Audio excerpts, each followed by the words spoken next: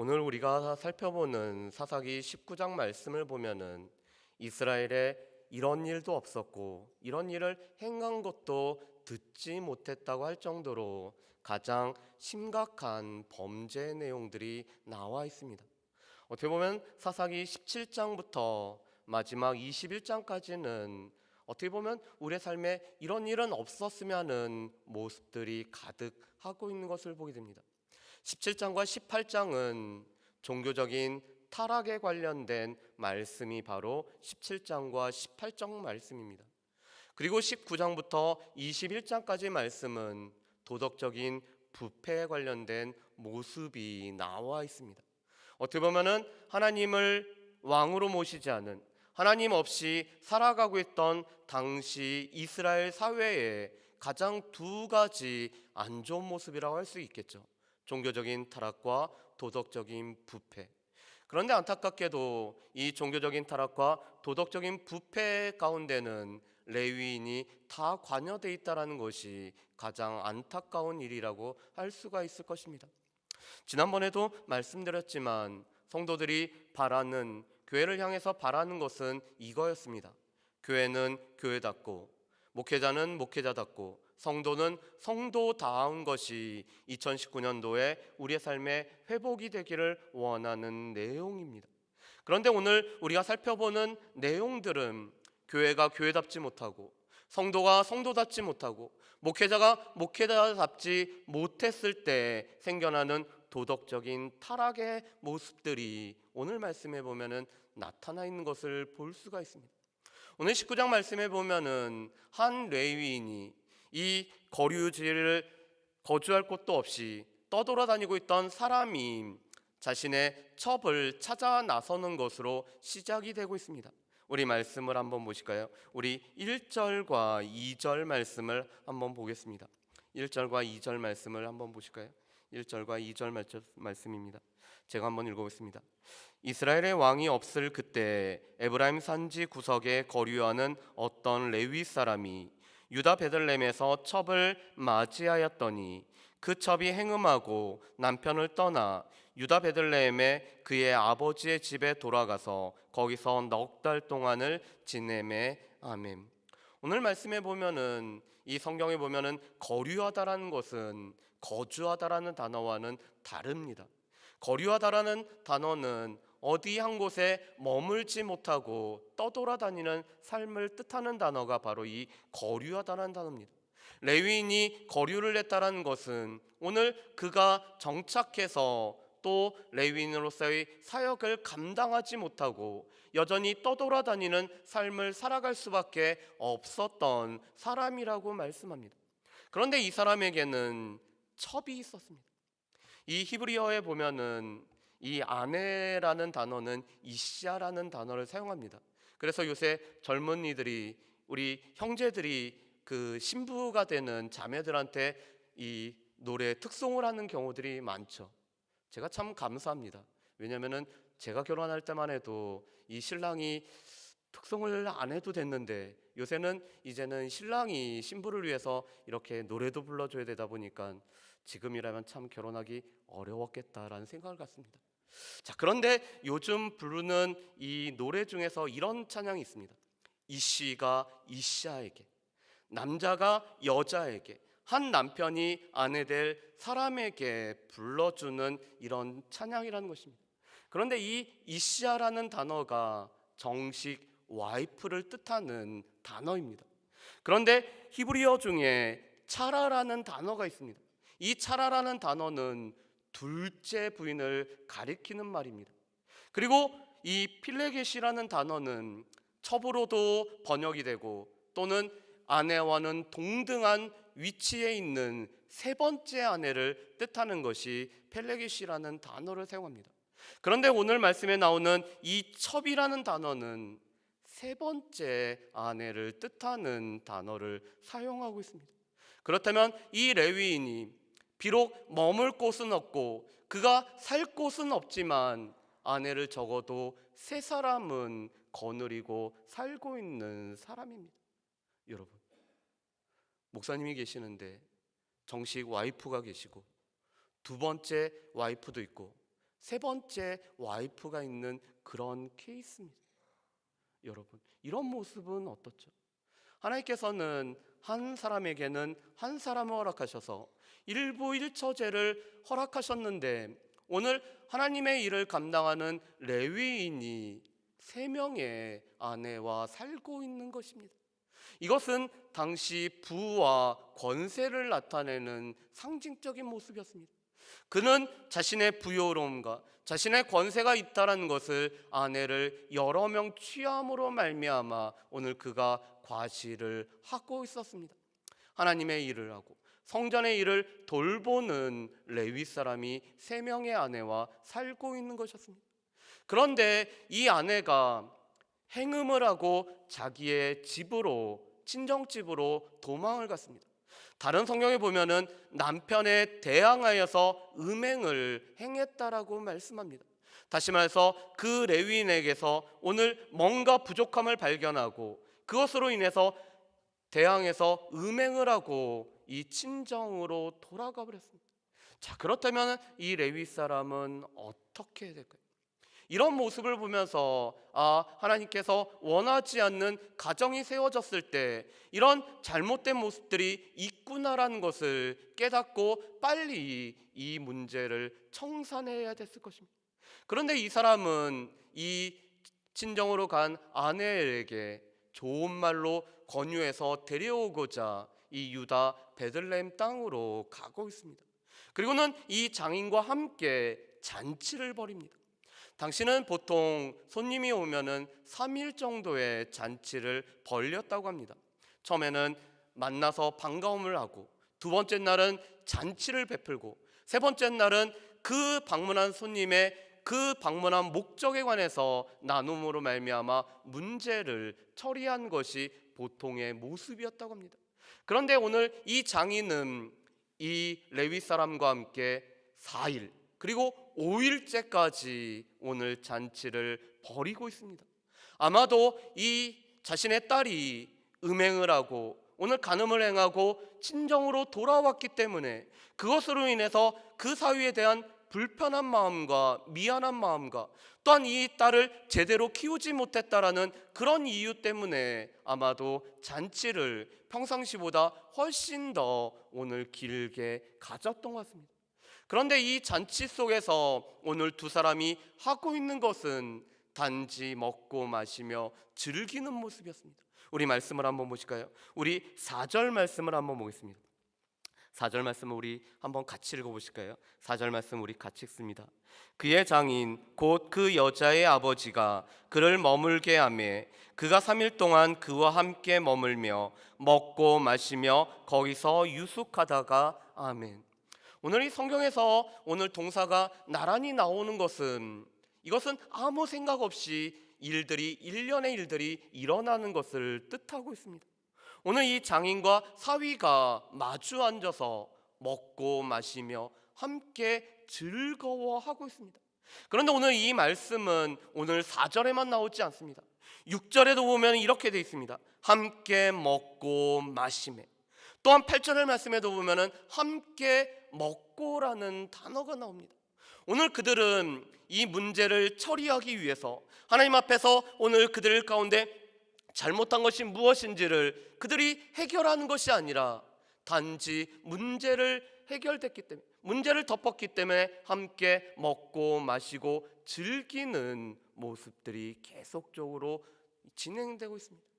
여러분, 그런데 문제는 이 사람이 신선 노름에 도끼자루 썰먹는 줄 모른다고 이 떠나야 됨에도 불구하고 그가 계속 머물고 있다라는 것입니다. 이 사흘째도 나흘째도 기력을 돋운 후에 떠나라고 했지만 그 밤을 유숙하면서 함께 장인과 보내고 있습니다. 그리고는 5째 날도 함께 먹는 일에 오늘 심취하고 있습니다. 심지어 오늘 이 장인은 이렇게 이야기를 하고 있습니다. 제가 말씀을 한번 보겠습니다. 우리 말씀을 한번 보실까요? 우리 8절 말씀을 보도록 하겠습니다. 8절 말씀을 보겠습니다. 제가 한번 읽어보겠습니다. 8절 말씀입니다.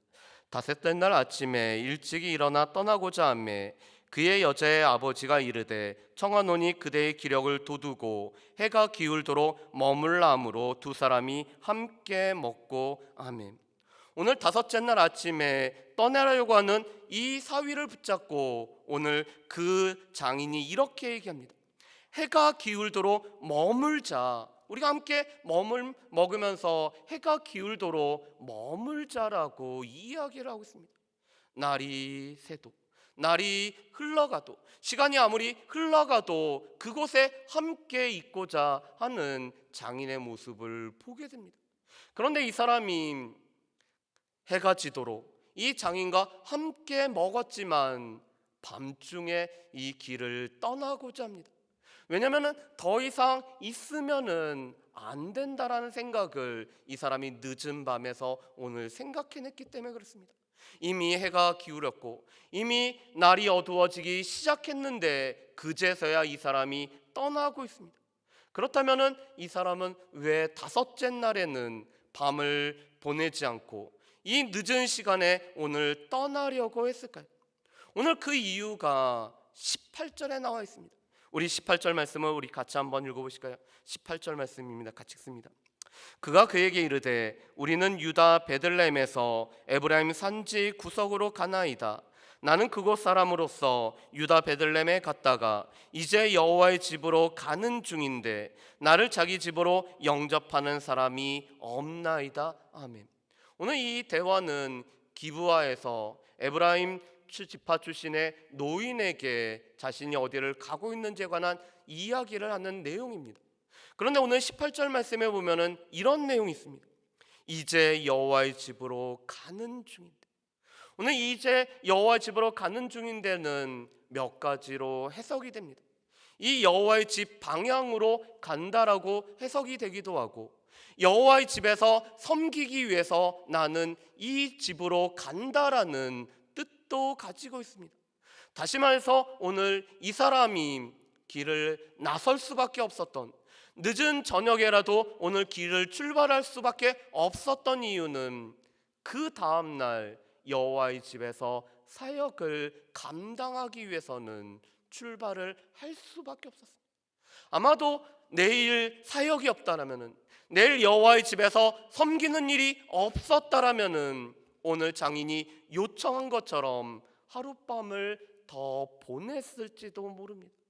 아마 그의 마음 가운데는 내일 정말 주의 일이 없었으면은 내가 이곳에서 더 쉴 수 있는데라는 그런 아쉬운 마음도 있었을지는 모르겠습니다. 오늘 그 사람은 분명히 사역이 없었다라면은 그곳에서 계속 머물면서 그 장인과 먹고 마시는 일에 오늘 탐닉하는 모습으로 계속 살아갔을 것입니다. 그런데 이제는 다음날 오늘 사역을 감당해야 되기 때문에 마지못해서 늦은 저녁이라도 출발하고 있는 사람이 바로 이 레위 사람의 모습입니다. 그런 이 레위 사람이 날이 너무나 어두워졌기 때문에 이제는 한 곳에 머물러 유숙을 할 수밖에 없었습니다. 그런데 그가 머물 수 있는 몇 가지 선택지가 있었습니다. 첫 번째로는 이방인들이 머무는 여부스에 머물 수도 있었고, 오늘 동족인 베냐민 지파의 기브아에 머물 수도 있었습니다. 물론 가깝기는 여부스가 조금 더 가까웠기 때문에 여부스에 머무는 게 좀 더 나았을 것입니다. 그런데 이 사람이 여부스에 머물기보다는 기브아로 가고자 하고 있습니다. 왜 그럴까요? 오늘 이 사람 가운데는 이 여부스는 이방인의 지역이었기 때문에 그렇습니다. 이방인의 지역이기 때문에 이방인들과 접촉을 하지면은 불결해져서 하나님의 사역을 감당할 수 없기 때문에 이 사람은 이방인의 지역으로는 가고자 안 하고 있습니다. 이 사람이 사역을 하는 사람이었기 때문에 사역을 위해서 필요한 조건들은 오늘 충족하고자 합니다. 제 시간에 도착을 해야 되겠고, 오늘 이방인들과 접촉하지 않아야 되겠고, 오늘 그가 사역을 하기 위해서 필요한 것들은 하고자 하고 있습니다. 그런데 문제는 이 사람의 중심은 과연 준비가 되어 있느냐의 모습입니다. 외적인 것들은 하고 있었고 경건의 모습은 취하고는 있었지만 이 사람의 삶 자체는 경건이란 것이 과연 있었는가의 문제입니다. 오늘 그가 참답게 하나님 앞에 섬기기 위해서는 그의 삶에서 먼저 분명히 잘라버려야 될 것들을 잘라버려야 됐을 것입니다. 아내도 정식 아내 한 사람 외에는 오늘 그가 다른 부적절한 관계는 오늘 해서는 했을 것입니다. 그리고 무엇보다도 이 먹는데 오늘 절제하지 못하고 먹고 마시는데 시간을 보내는 일에 오늘 이 사람은 해서는 안 될 것입니다.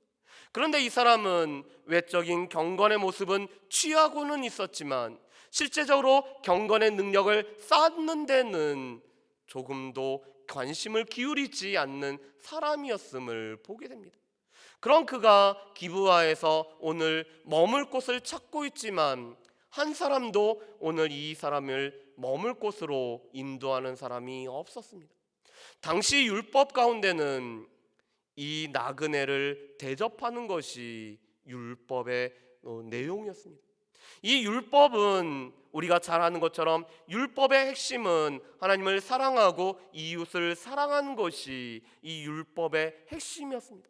특별히 신명기 10장 19절 말씀에 보면은 나그네를 사랑하라라고 말씀을 합니다. 왜냐하면 이스라엘 백성들 자신들이 나그네의 삶을 살아갔기 때문에, 나그네의 이 어려움들을 겪었기 때문에 무엇보다도 나그네를 대접하고 사랑하는 것이 오늘 이스라엘 백성들에게 주어진 사랑의 모습이었습니다. 그리고 또 성경에 보면은 이웃을 대접하다가 부지 중에 천사를 영접한 사람도 있었죠. 제일 대표적인 게 롯이었습니다. 이 롯은 알지 못하는 중에 자신에게 찾아오는 손님을 대접을 했는데 그들이 바로 소돔과 고모라를 멸하기 위해서 오늘 이 땅에 왔던 하나님의 천사를 그가 영접을 했습니다. 물론 아브람 또한 이 나그네를 대접하다가 하나님과 함께 했었던 이 천사들을 대접했던 것도 아브람의 모습이었습니다. 그래서 오늘 하나님의 말씀에 따라서 살아가는 사람들은 이 말씀대로 나그네를 사랑하고 나그네를 대접하고 가난한 자를 위해서 먹을 것을 남겨주는 이 말씀의 율법의 원리대로 살아가고 있는 것이 당시 사람들의 모습이었습니다. 그런데 문제는 넓은 광장에 누군가가 와서 나를 데려가기를 원하고 다른 것에서는 전혀 피해를 끼치지 않고 단지 하룻밤 잘 곳을 찾고 있는 이 레위 사람과 그 첩과 하인을 영접하는 사람이 아무도 없었다라는 것입니다. 그래서 오늘 이 땅에서 오늘 나그네로 살고 있었던 에브라임 출신의 노인이 이 레위 사람을 자기 집으로 오늘 인도를 하고 있습니다. 그런데 문제는 이것으로 그 집에서 편안히 머물고 잘 지내고 자기 집으로 갔다라고 하면은 해피엔딩으로 끝날 수가 있을 것입니다.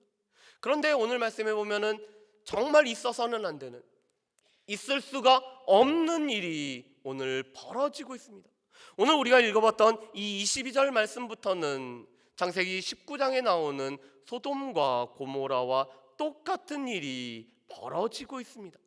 오늘 소돔과 고모라라는 하나님을 모르는 이방인들 가운데서 있었던 일이 오늘 하나님을 섬긴다라고 하는 사람들 가운데 나타나고 있는 것을 볼 수가 있습니다. 우리 말씀을 한번 보실까요? 우리 22절 말씀을 우리 같이 한번 읽어보겠습니다. 22절 말씀입니다. 우리 같이 한번 읽어보실까요? 그들이 마음을 즐겁게 할 때 그 성읍의 불량배들이 그 집을 애워싸고 문을 두들기며 집주인 노인에게 말하여 이르되 내 집에 들어온 사람을 끌어내라 우리가 그와 관계하리라 하니 아멘. 오늘 22절에 이 불량배들은 베네 벨리야알이라는 단어를 사용하고 있습니다. 벨리야알의 아들들이라는 뜻을 갖습니다. 이 벨리야알이라는 것은 무가치한, 도저히 가치가 없는, 소용이 안 되는 사람들이라는 뜻입니다. 오늘 이 벨리알의 불량배들은 삶에 다른 사람들에게 도움이 되지 않고 다른 사람들에게 무가치함을 끼치고 또한 그들은 이 땅에서 살아가는 삶의 목적을 이루지 못하는 사람들이 바로 이 불량배들입니다. 그래서 오늘 이 말씀은 멸망의 아들이라고도 번역이 됩니다. 그들의 무가치함으로 말미암아 끝내는 멸망으로 치닫을 수밖에 없는 자들이 오늘 문을 두드리면서 너희 집에 온 사람과 내가 관계하겠다라고 이야기를 합니다. 여러분, 이 말씀은 동성애를 이야기하는 것입니다. 오늘 남자가 남자에게 관계를 맺음으로 말미암아 남색을 요구하는 것이 오늘 22절 말씀입니다. 여러분, 그런데 이것은 어떤 모습이죠? 로마서 1장 말씀에 보면은 하나님께서 죄악 가운데 내버려 둘 수밖에 없는 하나님의 가장 무서운 심판임, 그냥 내버려 둠에 심판을 받는 대표적인 모습이 바로 동성애자입니다. 이 동성애라는 것은 성적 취향이 아니라 이것은 죄악입니다. 오늘 소돔과 고모라가 멸망당할 수밖에 없는, 소돔과 고모라가 하나님의 심판 가운데 있을 수밖에 없었던 것은 이 동성애의 문제였습니다. 그런데 오늘 하나님을 섬긴다라고 하는 하나님의 백성이라고 하는 이 기브아 사람들 중에서 벨리아의 아들들이 오늘 지금 동성애를 요구를 하고 있는 것입니다. 그랬더니 이 노인이 어떻게 할까요? 오늘 이 집 주인으로서 손님을 보호한다라는 명목하에 자신의 딸과 이 사람의 첩을 내어줄 테니까 당신들은 이 사람에게는 아무것도 행하지 말라라고 오늘 이야기를 하고 있습니다. 악이라는 것을 잠재우기 위해서 다른 악을 통해서 악을 잠재우려고 하는 아주 잘못된 오늘 이야기를 하고 있는 것입니다. 여러분, 그런데 오늘 이 집주인은 이런 얘기를 했지만 이 레위 사람은 어떻게 했을까요? 오늘 레위 사람이 이렇게 하고 있습니다. 우리 이 말씀을 한번 보실까요? 우리 25절 말씀입니다. 25절 말씀 우리 한번 같이 한번 읽어보실까요? 25절 말씀입니다. 같이 읽습니다. 무리가 듣지 아니하므로 그 사람이 자기 첩을 붙잡아 그들에게 밖으로 끌어내매 그들이 그 여자와 관계하였고 밤새도록 그 여자를 능욕하다가 새벽 미명에 놓은지라. 아멘. 여러분, 오늘 25절 말씀이 무슨 말씀입니까? 오늘 이 그 사람은 다른 사람이 아닌 레위 사람입니다. 자기의 첩에게 오늘 좋은 말로 해서 데리고 오려고 했던 이 레위 사람이 자신의 목숨이 위험에 처하자 오늘 자신의 첩을 끌려다가 자기 손으로 손수 내어주고 있는 것입니다. 오늘 이 사람들이 문을 부시고 들어와서 오늘 이 첩을 데려간 것도 아니고 오늘 노인이 문을 열고 이 사람을 내어준 것도 아니라 오늘 레위 사람 그 사람이 이 여인을 내어주고 있습니다. 오늘 이 사람은 비록 육체적으로는 그 아내를 사랑했을지는 모르지만 오늘 자기 목숨이 위험에 처하자 자신의 안위를 위해서 그 첩을 이 불구덩이 가운데 내어주고 있는 사람이 바로 이 레위 사람입니다. 여러분, 성경에서는 우리 가운데 있는 가장 커다란 사랑의 모습으로 다른 사람을 위해서 목숨을 내어주는 것이라고 말씀을 합니다. 그것은 너 다른 사람을 너무나 사랑하기 때문에 그 사람의 유익을 위해서 또한 그 사람의 생명을 위해서 자신의 생명을 아끼지 않는 것을 가장 큰 사랑의 모습이라고 말씀하죠. 우리 가운데도 그렇다면은 내가 다른 사람을 대신해서 나의 생명을 던져줄 수 있는 사람이 누군가 있을까요? 제가 새가족부를 오랫동안 했을 때 새가족부에 오시는 분들한테 이런 것을 한번 물어봅니다. 남편을 대신해서 죽어주실 수 있으십니까? 우리 여자 성도님들이 답을 하실 수 있을까요? 그런데 10분 중에서 9.9명이 남편을 위해서는 죽어줄 수 없다라고 얘기를 하시더라고요. 그런데 10분 중에서 반 이상은 자녀를 위해서는 죽어주실 수 있다라고 이렇게 답을 합니다. 물론 반대로 남편을 향해서도 아내를 위해서 대신 죽어주실 수 있습니까? 라고 물어보면 뭐라고 대답할까요? 그렇게 어려울 것 같은데요 라고 대답하죠. 그런데 남편들도 자녀들을 위해서는 죽어줄 수가 있다고 합니다.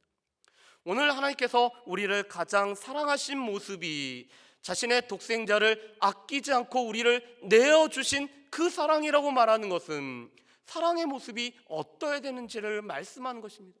그런데 지금 이 사람은 자신의 안위를 위해서, 자신의 안전을 위해서 자기가 사랑했다고 했던 이 여인을 지금 이 불량배들에게 내어주고 있습니다. 그리고는 이 여인은 밤새 오늘 능욕을 당하고 끝내는 이 진문에 손을 얹고 죽죠. 그런데 그 다음날 아침에 날이 밝자 이 사람이 행동하는 것은 더 가관이 아닙니다. 우리 말씀을 한번 보실까요? 우리 27절과 28절 말씀입니다. 27절 28절 말씀 제가 읽어보겠습니다. 그의 주인이 일찍이 일어나 집 문을 열고 떠나고자 하더니 그 여인이 집 문에 엎드러져 있고 그의 두 손이 문지방에 있는 것을 보고 그에게 이르되 일어나라 우리가 떠나가자 하나 아무 대답이 없는지라. 이에 그의 시체를 나귀에 싣고 행하여 자기 곳에 돌아가서 아멘. 오늘 말씀해 보면은 이 사람이 밤새도록 그 아내를 위해서 오늘 걱정했다라는 내용이 없습니다. 단지 아침 일찍이 사역을 하기 위해서 오늘 일어나야 되기 때문에 오늘 그가 떠나고자 하는데 오늘 이 여인의 안위를 물어보는 것이 아니라 단지 일어나서 우리 가자라고 재촉을 하고 있어요. 그뿐만 아니라 오늘 이 여인이 죽은 것을 알고는 그 시체를 나귀에 싣고 오늘 오고 있습니다. 그 이유가 뭘까요? 오늘 말씀해 보면은 이 여인의 시체를 12토막 내서 그 시체를 이스라엘 지파 각 지파에 보내면서 우리 가운데 이런 망령된 일이 일어났다. 그래서 이 기브아 사람들에게 심판을 행해야 된다라고 요구하기 위해서 이런 흉악무도한 이런 잔인한 일을 행하고 있습니다. 오늘 기브아의 불량배들이 잔인한 것 이상으로 오늘 이 사람 레위 사람이 행하는 일은 잔인한 모습입니다. 여러분, 그런데 이 사람이 이렇게 하면서도 오늘 이스라엘 총회가 함께 모였을 때 어떻게 이야기를 하는지를 한번 보실까요? 우리 20장 우리 5절 말씀 6절 말씀을 우리 한번 봤으면 좋겠습니다. 20장 5절과 6절 말씀입니다. 우리 5절과 6절 말씀 우리 같이 한번 읽어보실까요? 같이 읽겠습니다. 기브아 사람들이 나를 치러 일어나서 밤에 내가 묵고 있던 집을 에워싸고 나를 죽이려 하고 내 첩을 욕보여 그를 죽게 한지라.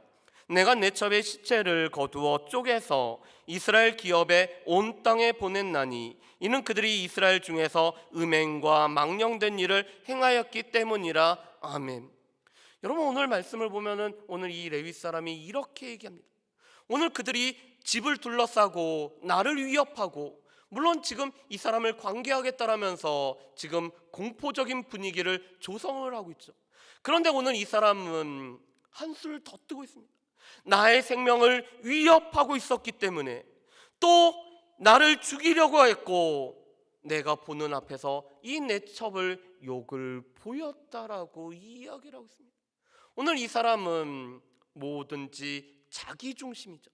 내가, 나의 목숨을, 또 내 안위를, 모든 것을 자기로만 보고 있기 때문에 자기가 제일 중요한 이 사람에게 있어서는 오늘 이들이 행하는 모든 것은 자기를 위협한 것이라고 오늘 이야기를 하고 있습니다. 그리고는 자기를 죽이려고 했다가 오늘 내 첩을 욕보였기 때문에 내가 12토막으로 내서 오늘 이스라엘 가운데 있는 이런 음행과 망령된 일을 행한 것을 고발한다라고 이야기를 하고 있습니다.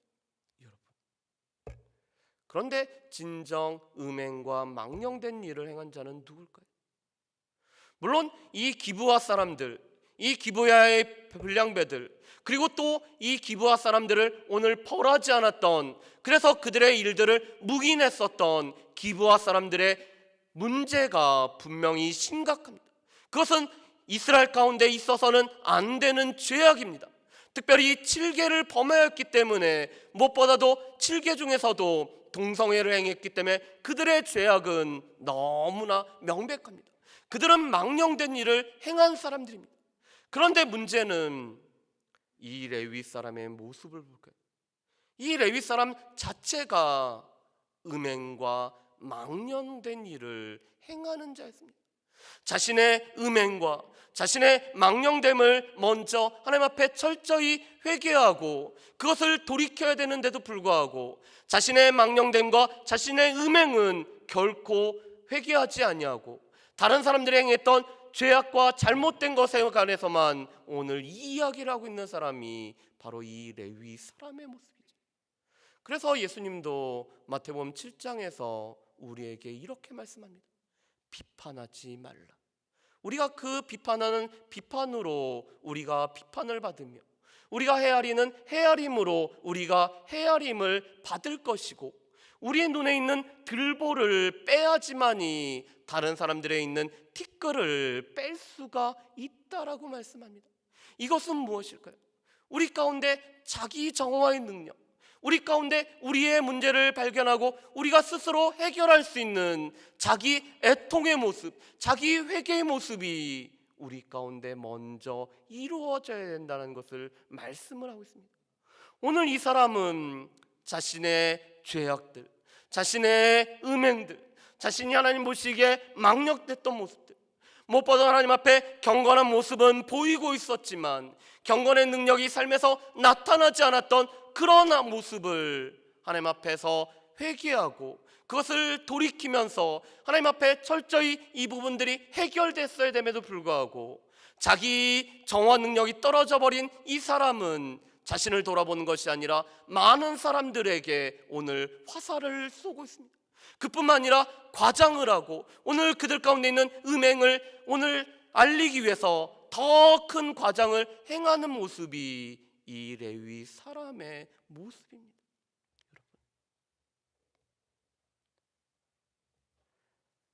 세상에서 교회를 향해서, 세상에서 교회 지도자를 향해서 손가락질하는 이유가 있습니다.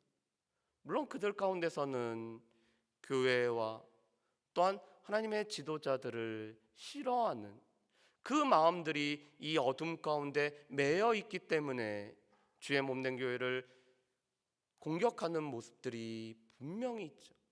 그렇지만 그들이 이 교회와 또한 교회 지도자들에게 더 높은 것을 요구하는 것은 자신들은 그렇게 살아가지는 못하지만 교회와 교회 지도자들은 다르기를 원하는 마음 가운데서 이 이야기를 하고 있습니다. 그렇기 때문에 우리에게는 동일한 도덕 수준을 요구하는 것이 아니라 이 세상보다 훨씬 더 뛰어난 도덕 수준을 요구하고 있는 것이 세상의 모습이죠. 그런데 세상의 모습 이전에 하나님께서 우리에게 원하시는 것은 하나님의 온전하심이 우리 가운데도 온전하게 이루어지고 우리가 그리스도의 장성한 분량까지 자라남으로 말미암아 우리가 단지 사람들에게 경건한 모습을 보이는 것이 아니라 우리 가운데 경건의 능력이 이루어지기를 원하시는 것이 하나님께서 우리를 향한 하나님의 뜻 중에 하나입니다. 그래서 우리 가운데는 경건의 능력이 회복이 되어야 됩니다. 그런데 이 경건의 능력이 회복이 되기 위해서는 우리 자신들을 하나님의 말씀에 비추어 봐서 우리 가운데 우리의 삶의 모습을 애통해하며 우리 가운데 회개하고 우리 가운데 돌이키는 자기 갱신의 모습이 우리 가운데 먼저 필요하다는 것입니다. 그런데 우리 가운데 자기 갱신이 이루어지지 아니하고 하나님의 말씀을 비춰와서 우리의 모습에 새롭게 되어지지 않는다면은 우리는 이 세상과 하나님께서 요구하는 그런 윤리적이고 이 성령 충만한 모습을 우리는 결코 보일 수가 없다라는 것입니다. 오늘 말씀은 우리에게 말씀합니다. 우리에게는 자기를 정결케 할 수 있는 능력이 있는가? 우리는 우리가 하나님의 말씀을 통해서 우리가 하나님 앞에 돌이킬 수 있는 능력이 있는가? 우리 가운데는 하나님의 말씀과 성령의 인도하심을 통해서 성령의 능력을 힘입어서 우리를 새롭게 할 수 있는 능력이 우리 가운데 있는지를 우리에게 물어보고 있습니다.